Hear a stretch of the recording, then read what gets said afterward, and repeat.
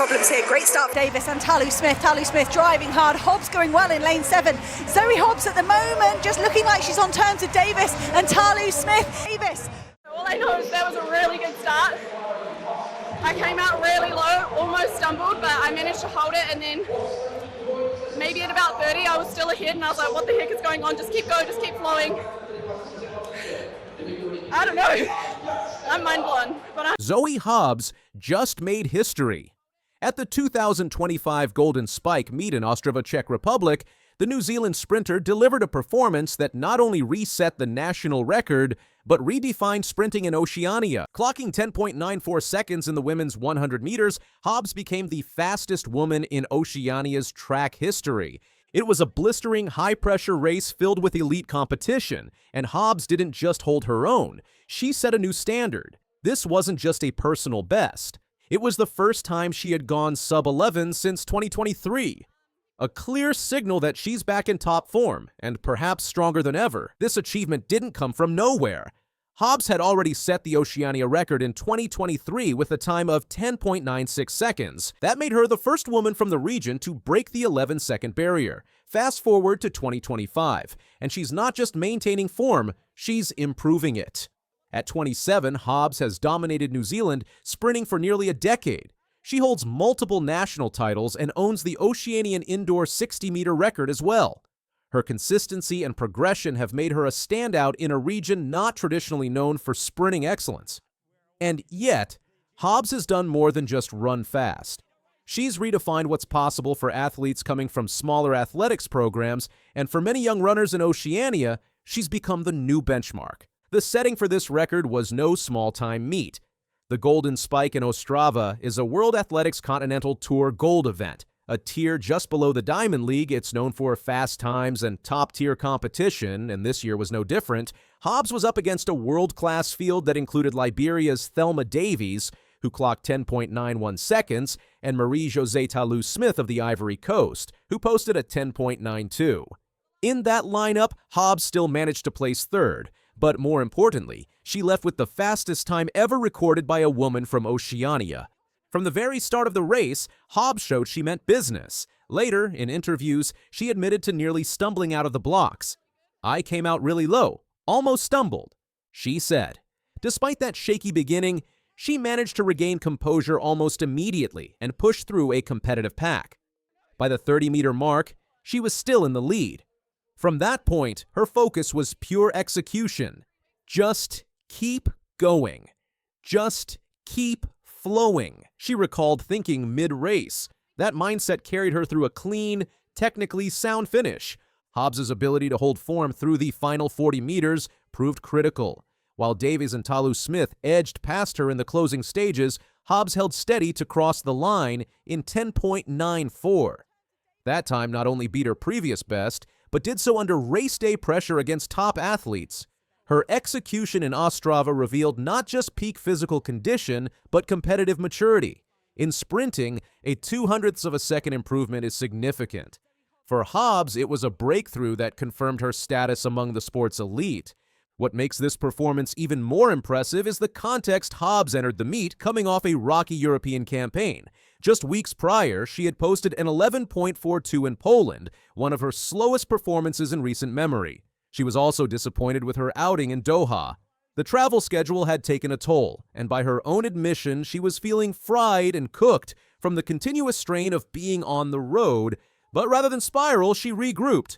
"Doha, I was really disappointed with, and Poland I felt like was one of the worst races I've run in probably the last 3 weeks. I was really questioning what the heck happened, but I think I was just a little bit fried, a little bit cooked from the 3 weeks of travel," Hobbs said. In Finland, the weekend before Ostrava, Hobbs found reassurance her times improved, and she began to feel in sync with her training. In the 2 to 3 weeks leading up to the Czech meet, she reported consistent, high-quality training sessions. That foundation paid off. Her ability to shift from one of her worst performances to a record-setting run speaks volumes about her resilience and competitive grit. It's that mental toughness combined with technical excellence that defines champions. This record also reverberates far beyond the finish line.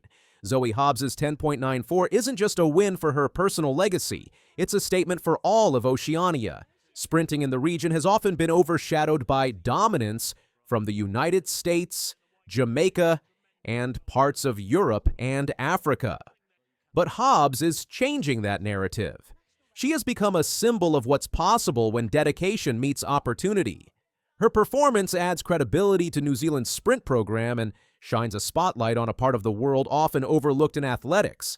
It also carries cultural significance. Hobbs, who is of Maori descent through the Ngāruahine iwi, represents a growing presence of indigenous excellence on the world stage. Her achievements resonate not just with fellow athletes, but with communities who see her as a role model. She blends elite sport with cultural identity, showcasing that heritage and high performance can coexist powerfully.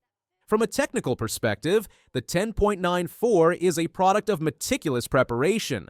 Hobbs' start mechanics have always been solid, but in Ostrava, her ability to recover from a near stumble and still execute a textbook drive phase speaks to elite-level proprioception.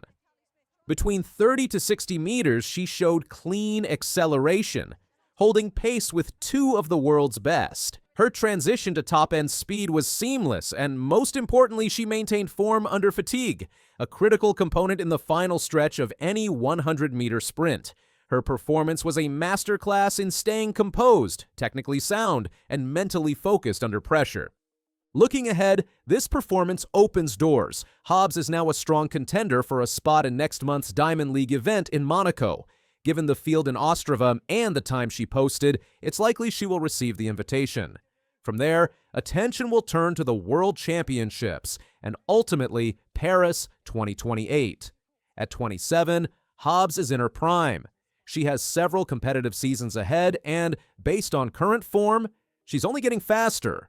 Her place in New Zealand's Olympic team looks solid, and she now enters the conversation as a potential semi-finalist or even finalist on the global stage. But beyond medals and placements, Zoe Hobbs has already achieved something far more enduring. She has shifted the expectations for what sprinters from Oceania can accomplish. She has injected energy into New Zealand's athletic scene and offered a blueprint for other regional athletes aiming to compete at the world level. Her 10.94 is more than a time. It's a signal. Oceania is no longer an afterthought in global sprinting. With Hobbs leading the charge, it's a region to watch. If Zoe Hobbs' record-breaking run fired you up, don't forget to like, subscribe, and drop a comment below. Can she go even faster this season? Let us know what you think. There is Gout. Quite a sensation, this young man. Australia love him, partly because of the name, partly because he is just brilliant. Who now expects Amenya to lead into the straight, and Gout, their third from left, to come back at him once they get to the straight. His first race as a pro in Europe, this from Gout. Now he's got a target. Menya moving away from him, or is he? In the headband, a battle between these two, and Gout working so hard to get to him, and he gets there. Gout takes it by a metre and moving away. 20.04. Battling all the way. The strongest part of his race is always that last 50. He holds his form so well. It's an optical illusion. It looks like he's accelerating, but he's not. Nobody does. Maybe Bolt did back then, but Gout wouldn't be, but he's holding his form. And as the others slow, as they tire, so he eases past them. It's a personal best for Gout, 20.02. We're just checking what the wind was doing that. Zero wind, still air there. And Gout has taken it to Menya and said, anything you've got, boy, I've got more.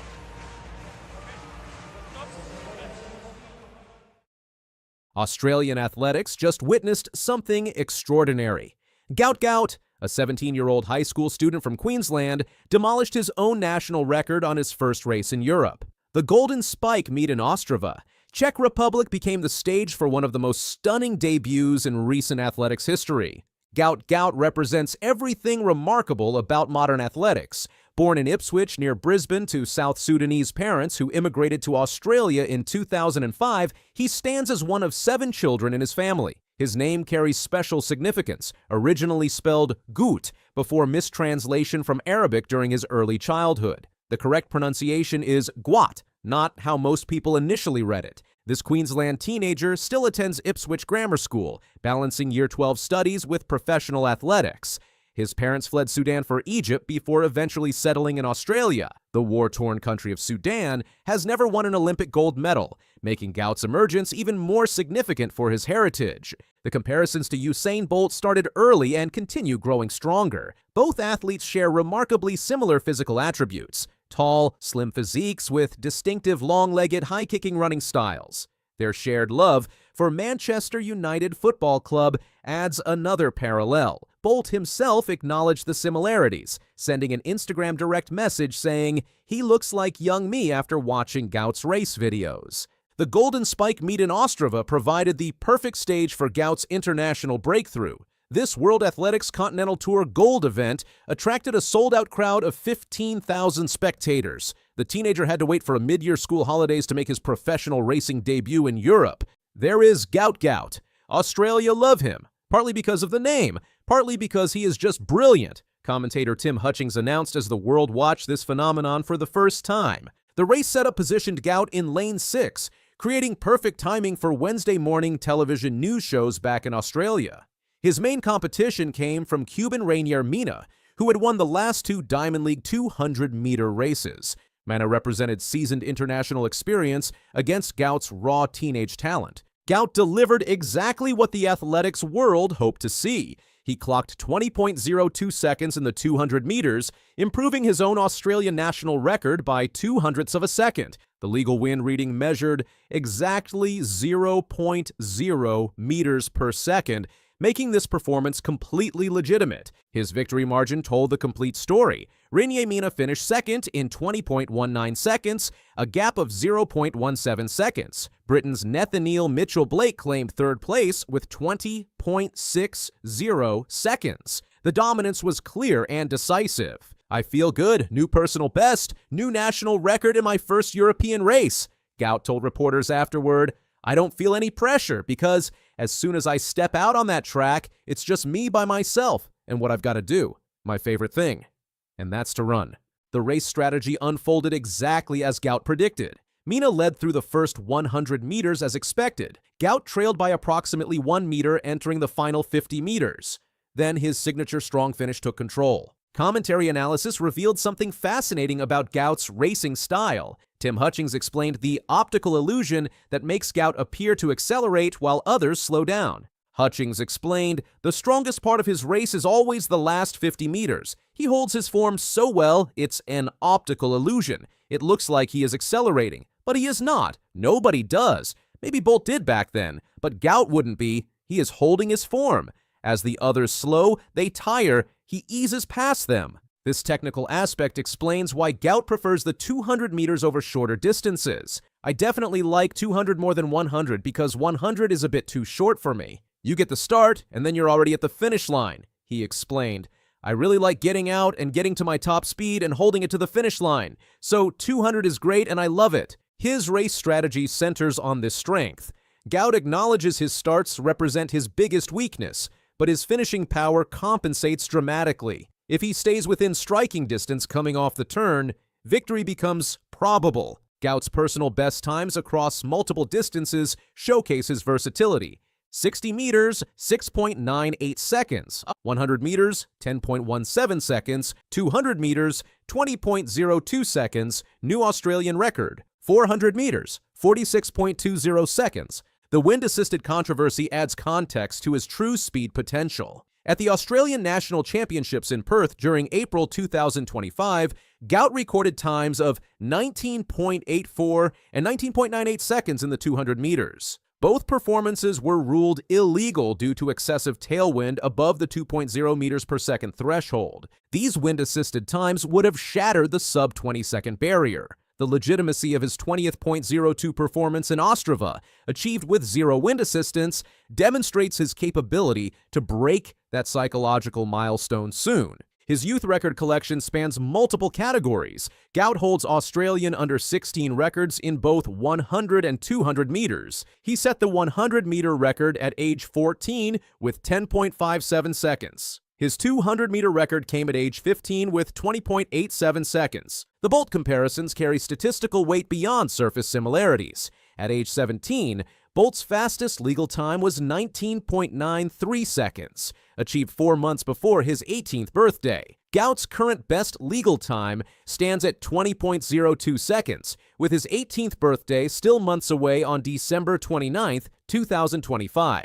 The Ostrava connection creates additional parallels. Bolt made his European debut at this same meet when he was 17 years old, though he actually competed there first in 2006 at age 19, running 20.28 seconds. Bolt held the meet record of 19.83 seconds, set as a 21-year-old in 2008, when Gout was barely 6 months old. Current world rankings place Gout as the 11th fastest man globally in 2025. He moved from equal 7th to equal 6th on the all-time under-20 list. American Arion Knight holds the under-20 record with 19.49 seconds from 2022. Gout's psychological approach sets him apart from typical teenage athletes. His confidence borders on remarkable for someone his age. I don't feel any pressure, because as soon as I step out on that track, it's just me by myself and what I've got to do. My favorite thing, and that's to run. So, I just go out there and run, and nothing stops me from doing that, he stated after his Ostrava victory. Previous statements reveal even greater self-assurance. When asked about attention following his breakthrough performance last December, Gout declared, "For me, pressure makes diamonds, and I guess I'm better than a diamond." His response to constant Bolt comparisons shows maturity beyond his years. Who doesn't want to be Usain Bolt? Being compared to Usain Bolt feels great, but I would like to put my personality in the upcoming story, he explained. I'm just me trying to be me. I do sometimes look like him, but obviously I'm making a name for myself, and I think I've done that pretty well. Gout's transition to professional athletics happened rapidly. After winning the 200 meters and 400 meters at the 2024 GPS Track and Field Championships in Queensland, he turned professional and signed a sponsorship deal with Adidas.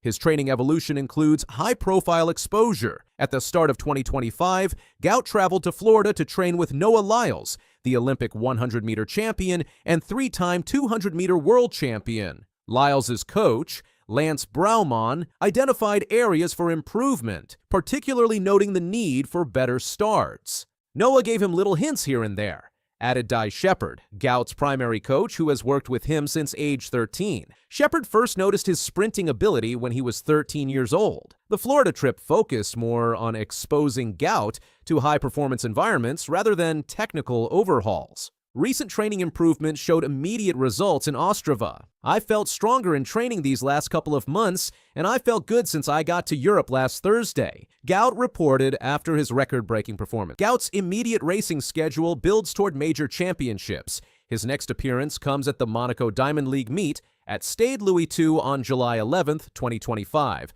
However, he will compete in the under-23 200-meter race rather than the open division. The World Championships in Tokyo from September 13th to 21st, 2025 represent his primary season goal. Obviously, the World Championships is the main goal, and I just want to see what I can do on the world stage against professional athletes, he stated. I just want to get out there and kind of prove myself. Before Tokyo, Gout must return to Australia for more Year 12 schoolwork. This balance between athletics and education reflects his grounded approach to career development.